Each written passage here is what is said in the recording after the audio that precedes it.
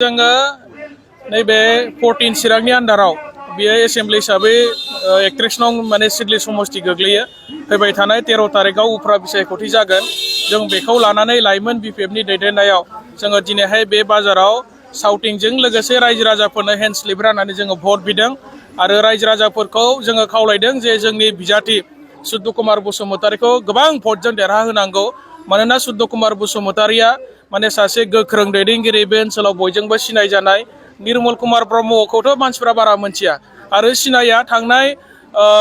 पिसिडिआरनि समाव बिथाङा एमसिएलए हिसाबै देरहासार जादोंमोन नाथाय बै समाव बिथाङा रायजो राजानि मोनसेबो मोजां खामानि मावनो हायाखै बेनिखायनो गावनि समस्तिनि सिमावनो बिथांखौ रायजोफ्रा भट होआ होननानै जों खोनागासिनो दं आरो गावनि जायगायावनो बिथांखौ एक्सेप्ट खालामा दा बेनिखायनो बिथाङा मालाबाबो देरहानाय नङा आरो एज ए केन्डिडेट हिसाबै बिथाङा जोबोद दुरबल खामानि मावनो हाग्रा बेबायदि सासे गोख्रों दैदेनगिरि नङा बेखौ रायजो राजाया मोजाङै सिनाया आरो दिनै लाइमोनफोरा बिपिएफ दलाव लोब लोब ओंखारबोनायनि एकमात्र कारनानो जाबाय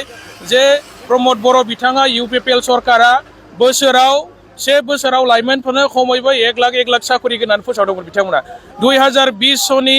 इलेक्सन स्टाराव बिथांमोना रोखा रोखा लिरदोंमोन जे बोसोरसेयाव जोङो खमैबो 1 लाख जन लेखा गोरों लाइमोन सेंग्रा सिख्लाफोरनो जोङो साकरि होगोन खिन्थु दिनै नोंथांमोना नुबाय जे दिनै बोसोराव 1 लाखनि खोथायाथ' जोबोर गोजाननि बाथ्रा दिनै बिथांमोना बोसोरसेयाव 50 जन 100 जन 10-12 जनबो साकरि होनो हानायनि जि केपासिटि बेखौ खोमानानै लाबाय आसाम सरकारनिफ्रायसो मानसिफोरा साख्रि लागासिनो दं बिटिआर सरकार हिसाबै रावनोबो जोंनि लेखा गोरों लाइमोन सेंग्रा सिख्ला बिथांमोना साकरि होनो हायाखै 2020 सननि फेब्रुवारि दानाव होनाय 22टा डिपार्टमेन्टनि 532 जायफोरा कन्ट्रेक्चुएलाव साख्रि मावनानै दङ बिथांमोना जोंनो अजद होदों दासिमबो बिथांमोननो 5 बोसोर जालांनोसै बिथांमोननि सरकारा थाइसेबो बेथन होनो हायाखै जाहैबाय आरो बिथांमोननि साख्रिखौ रेगुलार खालामनो थाखायबो बे बिटिआर सरकारा इउपिपिएल सरकारा जेबो बेबस्था लायाखै जायनि थाखाय बिटिसि ओनसोलनि गासै 532 एमप्लयिसफोर दङ बिथांमोना दिनैसिमबो बेथन मोननायनिफ्राय बन्सित जानानै दङ लोगोसे बिथांमोननि साकरिखौ माने रेगुलार खालामनो थाखाय बे बिटिआर सरकारा जेबो बेबस्था लायाखै जायनि कारनै गोबां रोजा रोजा लाइमोन सेंग्रा सिख्ला बिथांमोना इउपिपिएल दैदेननाय प्रमद बर' बिथां दैदेननाय बे सरकारनि सायाव माने गाज्रि मोननाय दुखु मोननाय फोरमायदों आरो बिपिएफ दोलोआ गोदो माने गोबां हाजार सेंग्रा सिख्लाफोरखौ माने साकरि बाकरि होनो हादोंमोन आरो हाग्रामा महिलारि सारादे सासे गोख्रों दैदेनगिरि बेखौ बयबो फोथायो आरो मोजां मोनो जायनि थाखाय दिनै रोजा रोजा लेखा गोरों लाइमोन सेंग्रा सिख्लाफ्रा दिनै बिपिएफ दलाव खामानि मावनो थाखाय हाबफैदों आरो बाहागो लाफैनायखौ नोंथांमोना नुदों आरो सुद्ध कुमार बसुमतारीया जोबोद बुरजा माने भटजों बिथाङा नैबे बाइ इलेक्सनाव देरहागोना दिनै रोखा जाखाबाय थांनाय मैयाहाय इउपिपिएलनि सासे इउपिपिएलनि रंगल बर'आ बिक्रम दैमारि लोगोसे हाग्रामा महिलारिखौ गाग्लोबदों माखासे खोथा बुंदों बिनि सायाव नोंथाङा माबाफोर बुंनो गोसो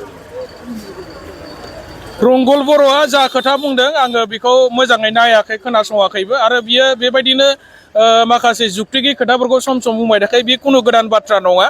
माने जाय खोथाया नंखाय जाय खोथाया खुनु माने सैथोनि सायाव बेस गैया बेबायदि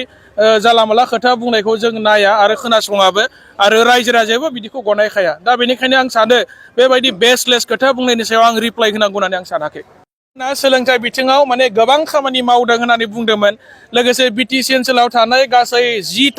10टा कलेजखौ बिटिआर सरकारा सरकारि खालामबाय प्रभिन्सियेलाइजेसन खालामबाय होनना बुंदोंमोन नाथाय बिनि लगे लगेनो आसाम गभर्नमेन्टनिफ्राय मोनसे लेटार फैदों आरोखि बे लेटाराव लिरनाय दङ दि एसअपिडि फान्डनि जा रां बेखौ माने प्रभिन्सियेलाइज खालामनाय खामानियाव बिथांमोना बाहायनो हाया आरो बिथांमोना हायोब्ला गावसोरनो माने बे 10टा कलेजखौ काउन्सिलाइज खालामनो लानांगौ होननानै आसाम सरकारनिफ्राय लिरना हरदोंमोन नाथाय 10टा कलेजआ दिनैसिमबो गोग्लैनानै दङ बे बिटिआर सरकारा सोलोंथाइ बिथिङाव जेबो मावनो हायाखै 10टा कलेजनि मादाव बे रुनिकाटा कलेजआबो दङ नाथाय बे रुनिकाटानिफ्राय जागायनानै क'क्राझारावबो दङ